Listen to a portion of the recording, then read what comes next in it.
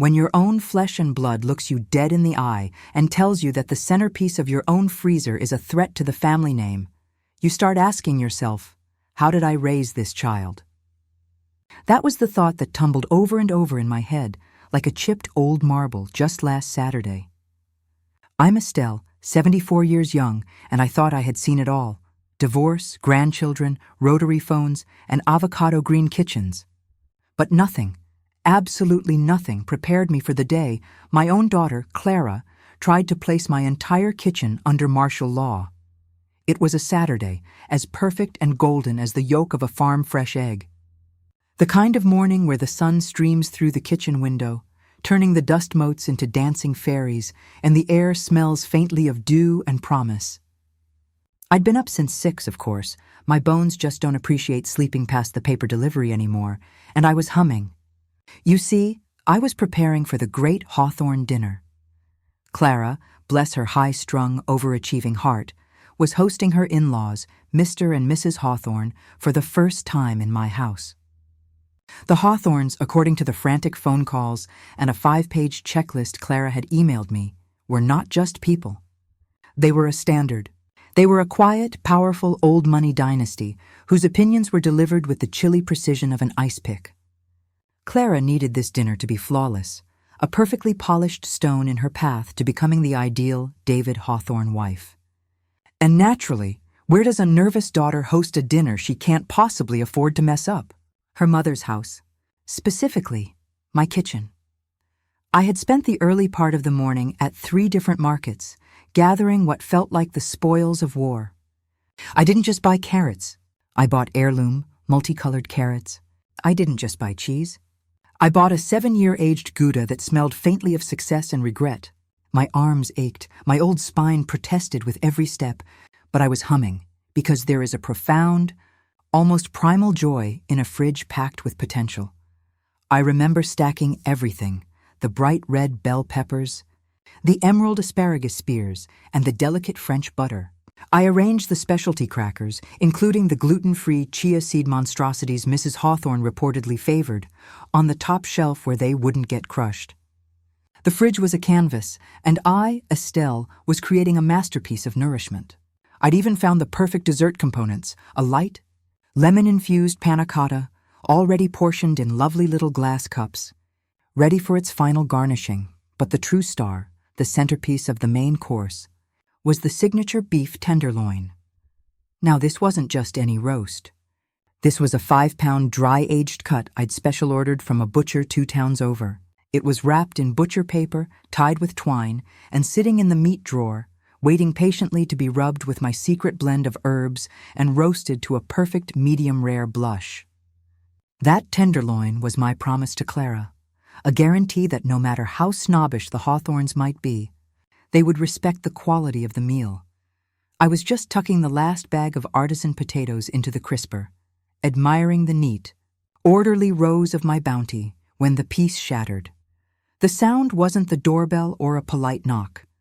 It was the thundering arrival of a highly stressed 30-something woman in a designer tracksuit. Clara burst into the kitchen, a whirl of sharp edges and barely contained panic. Her hair pulled back so tightly her eyebrows looked like they were trying to escape her scalp. "Mom, stop!" she shrieked, skidding to a halt between me and the open refrigerator door. I froze, my hand hovering over a bag of baby spinach, which felt, in that moment, like a weapon. "Stop what, dear?" I asked, my voice as calm as a summer lake, a stark contrast to her internal typhoon. Her eyes, usually a kind shade of hazel, were wide and intensely focused on the vegetable crisper. "Stop touching everything! David is pulling up, and his mother said everything must be pristine. Everything. She has dietary proclivities, Mom, not preferences. And she certainly doesn't want your fingers on the pre-dinner spread." I blinked. My fingers. These hands which had fed her, bathed her, bandaged her scraped knees, and typed out her college applications, were now apparently biohazards. "Clara," I began, attempting to sound reasonable, "these are my groceries. In my refrigerator, in my house. I just bought them." She shook her head, a desperate plea in her eyes. "It's about control, Mom.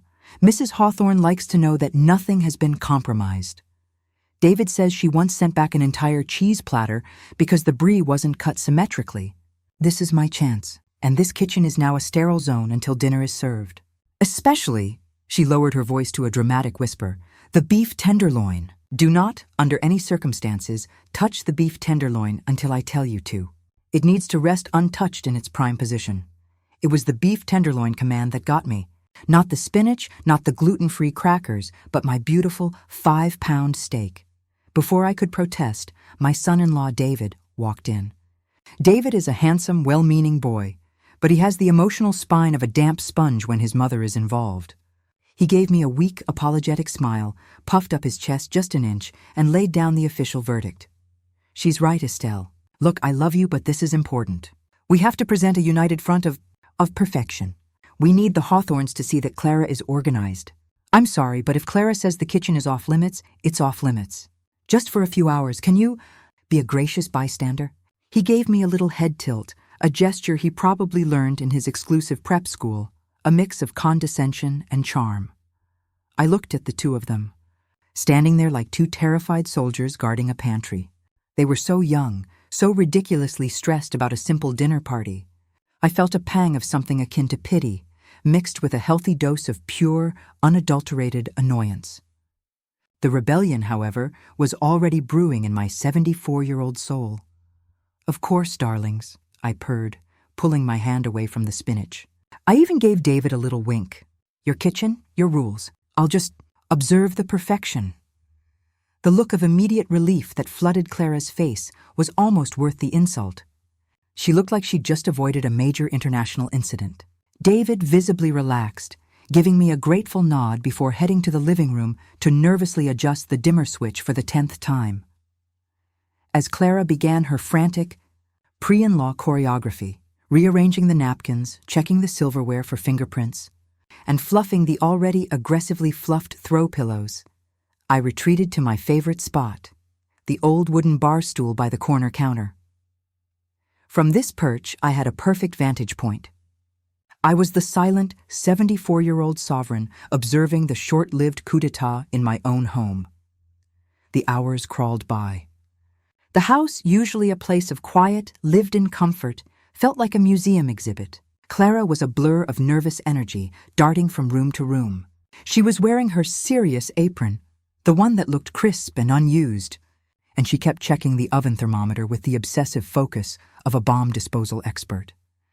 My stomach started to rumble, loudly. I hadn't had a proper breakfast, only a small cup of black coffee.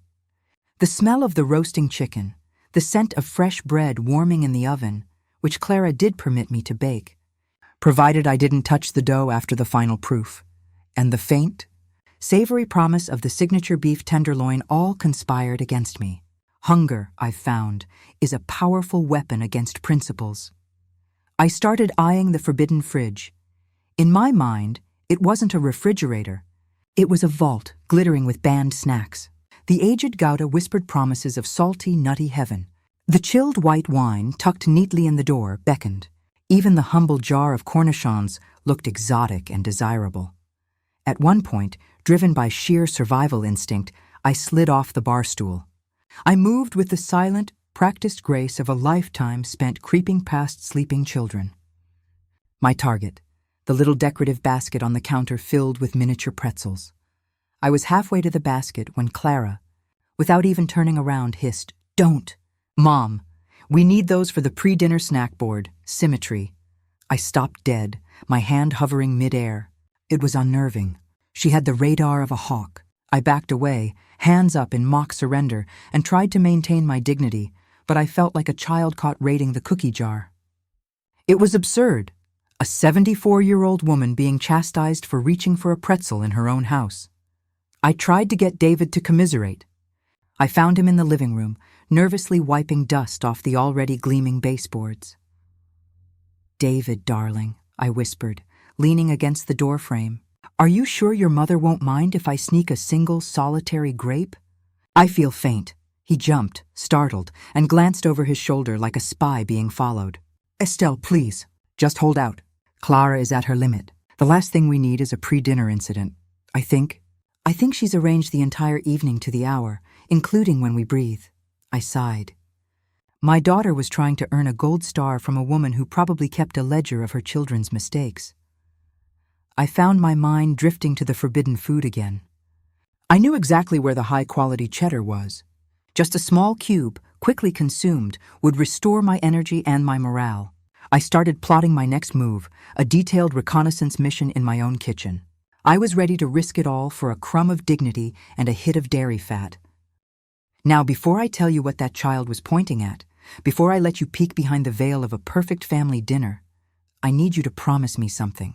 Stay right here, don't wander off, and if you haven't yet, maybe tap that little button to keep this old bird company. Let me know in the comments where you're listening from. It gives my tale wings. The kitchen was quiet, but the silence was about to be broken by something truly absurd. The clock on the wall seemed to tick with malicious slowness. The smell of roasting herbs grew intoxicating. My hunger had transitioned from a protest into a low, steady thrum of defiance. I considered just walking up to the beef tenderloin drawer, taking a huge bite out of the raw, dry-aged perfection, and seeing what Clara would do. But I am, at heart, a lover of good food, and ruining a 5-pound, $150 cut of meat would be a crime against my own palate. So, I waited. I watched Clara meticulously adjust a single flower in the centerpiece vase for what had to be the 8th time. And I watched David pace between the front window and the hallway, his hands clasped behind his back like a nervous butler. The atmosphere was so thick with unspoken stress, you could have cut it with one of my butter knives. Then, the moment of truth. The doorbell chimed. Not a pleasant, friendly little ding-dong, but a resonant, old-fashioned brong that echoed through the house like a starting gun. Clara gasped, literally inhaled the air in the room, and froze mid-step, her eyes wide with a combination of dread and fierce anticipation. David bolted from the living room, nearly tripping over the corner rug I'd specifically told him to leave alone. "Smile, Mom. Just smile and be—" "Estelle," Clara instructed through gritted teeth. As if Estelle was a code word for quiet. Ornamental background. She hurried to the door, David right behind her, both of them putting on their performance faces. In walked the Hawthorns. Mr. Hawthorn was tall, angular, and wore a suit that looked pressed by a military guard. He carried an air of quiet wealth, the kind that doesn't need to boast because the tailoring does it for him. But it was Mrs. Hawthorn who truly commanded the room. Mrs. Beatrice Hawthorn was a study in beige and bone. She was immaculate, her silver hair coiled into a perfect, impenetrable helmet, her jewelry minimal but obviously priceless. She didn't look at me so much as appraised me, her gaze sweeping over my cheerful, slightly bohemian kitchen like an auditor checking for misplaced decimal points. She carried a gift, a bottle of wine, wrapped so perfectly it looked like a marble statue, and her handshake was as firm and cold as a winter doorknob. "Estelle," she said, her voice a low, perfectly modulated alto. Such a charming space. So, lived in. That's old money code for slightly messy or, worse, not professionally staged. I smiled a wide, genuinely warm smile, the kind that unnerves people who prefer things cool and distant. "Beatrice. Darling," I countered, using her first name with a familiarity I certainly hadn't earned. "It's been lived in for 40 years. If a house isn't lived in, it's just an expensive box." "Welcome." Clara gave me a panicked, subtle head shake, but I ignored her. The war had begun, and I was going to fight with charm and seasoned truth. The dinner commenced. It was a formal, multi-course ballet of perfection. Clara was an exceptional host, gliding around the table, pouring water with silent efficiency and ensuring the conversation stayed within approved, non-controversial boundaries, art, the weather, and the relative merits of various European cruise lines. And the food, I must say, was divine. The signature beef tenderloin was cooked to an absolute faultless medium rare, sliced beautifully and served with my rosemary-infused mashed potatoes and the caramelized heirloom carrots. Even Mrs. Hawthorn had to concede, "Clara, this beef is surprisingly tender," she said, her praise delivered with the shock of someone finding a priceless gem in a roadside ditch. Clara flushed crimson with pride and relief. Thank you, Beatrice. My mother did source the meat. Mrs. Hawthorne's face tightened almost imperceptibly, as if she realized she'd given a point to the opposing team. The preparation is what matters, dear. And the presentation. David, your wife is quite the marvel. I just sat back, feeling a quiet satisfaction. I had provided the masterpiece, but I was letting my daughter take the bow. That, I decided, was the true mark of a good mother. The plates were cleared, and a palpable wave of relaxation washed over the table. Mr. Hawthorne finally seemed to thaw, even telling a mildly amusing anecdote about a misplaced luggage tag. The tension had dropped from a high-pitched violin screech to a quiet cello hum. It was time for dessert. And now, for the finishing touch, Clara announced, glowing with the success of the evening. A light, refreshing lemon panna cotta. I made the base yesterday, and it's been chilling in the garage freezer, waiting for its final drizzle of artisanal honey.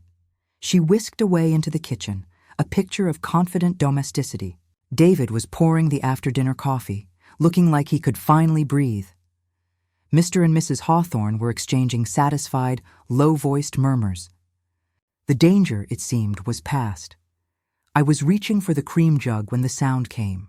It was not a gasp or a startled cry, or even the dull crash of dropped porcelain. It was a blood-curdling, utterly primal shriek that vibrated through the floorboards and stopped the entire, perfectly curated evening dead in its tracks. It was the sound of pure, unadulterated terror. The polite conversation evaporated. David nearly dropped the silver coffee pot. Even Mrs. Hawthorne's flawless composure cracked.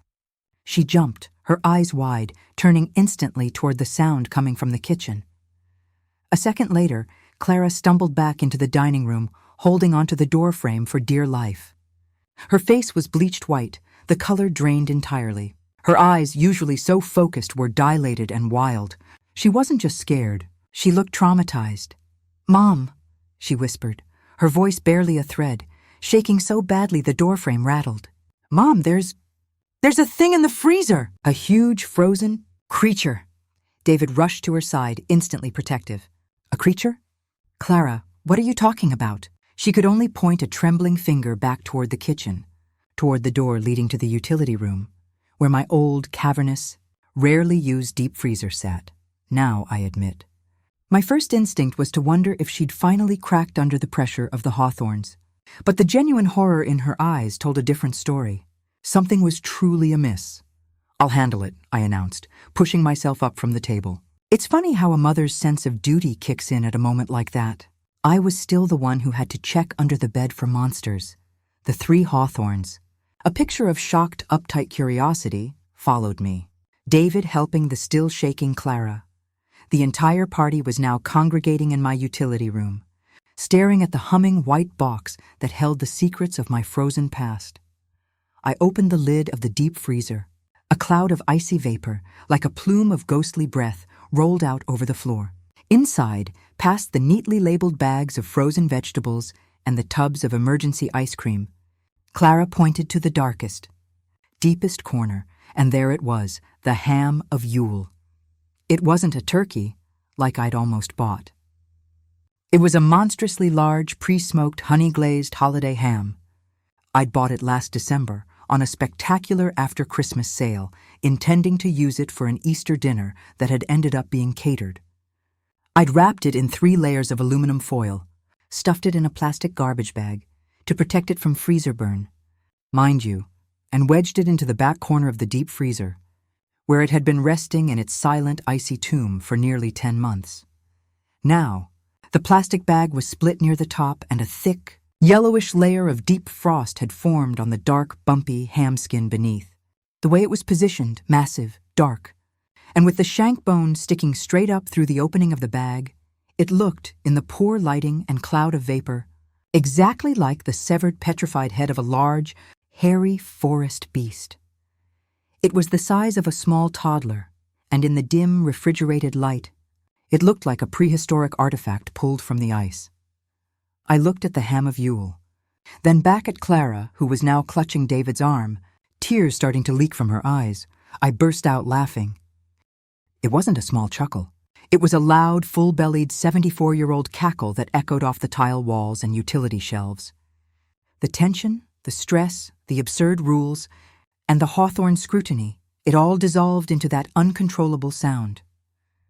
"Clara, darling," I managed to choke out, wiping a tear from my eye. "It's only the ham of Yule. I bought it ages ago."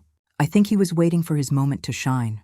I reached in, wrestled with the rock-solid 15-pound creature, and pulled it out. I held the massive, frost-covered ham up for all to see. For a beat of silence, the Hawthorns just stared at the ham, then at me, then at Clara's terrified face. And then Mr. Hawthorne, the impeccably dressed pillar of high society reserve, let out a deep, booming guffaw. It was a completely unexpected sound, a rich, hearty laugh that shook his shoulders. "Good heavens, Beatrice," he roared, slapping his knee. "I thought we had a frozen badger in the kitchen." Mrs. Hawthorne, who had been holding her breath, finally exhaled, and slowly, cautiously, a genuine smile spread across her face. It was the first time I had seen her look human all evening. "Well, David," she said, her voice still an alto, but now touched with genuine amusement. "It seems your mother-in-law keeps a rather alarming variety of things on ice." Clara, seeing her terrifying monster revealed as a piece of forgotten pork, slowly deflated.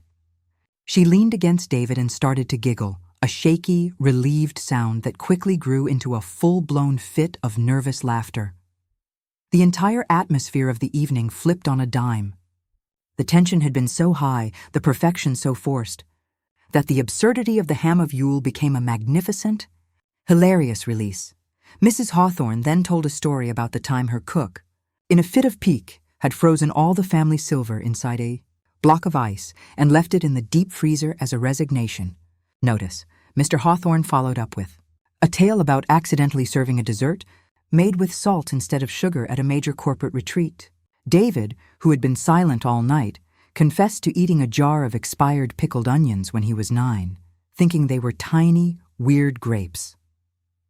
We were no longer two separate performing families.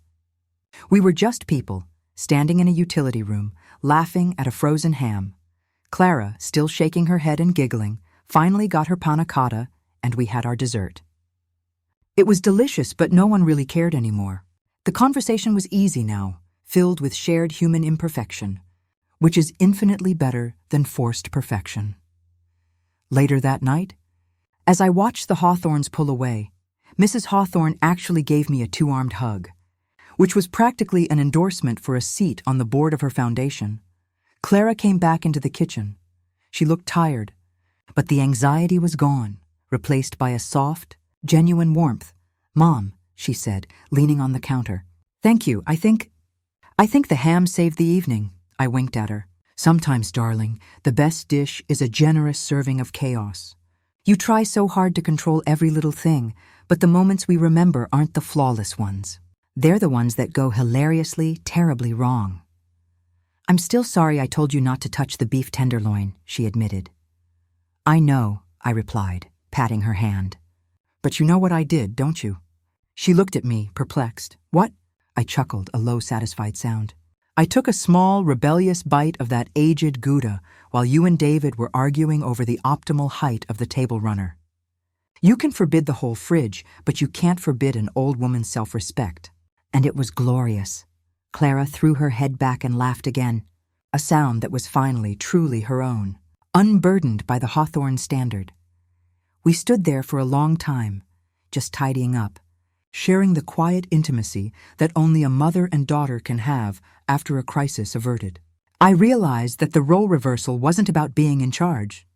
It was about knowing when to step in and when to simply provide the stage, or in this case, the highly dramatic, frozen plot twist. The ham of Yule, my $15 holiday bargain, had accomplished what a 5-pound, dry-aged $150 beef tenderloin could not. It broke the ice and made us all family. So, if you ever find yourself sneaking around your own kitchen, treated like a guest in your own home, remember my story.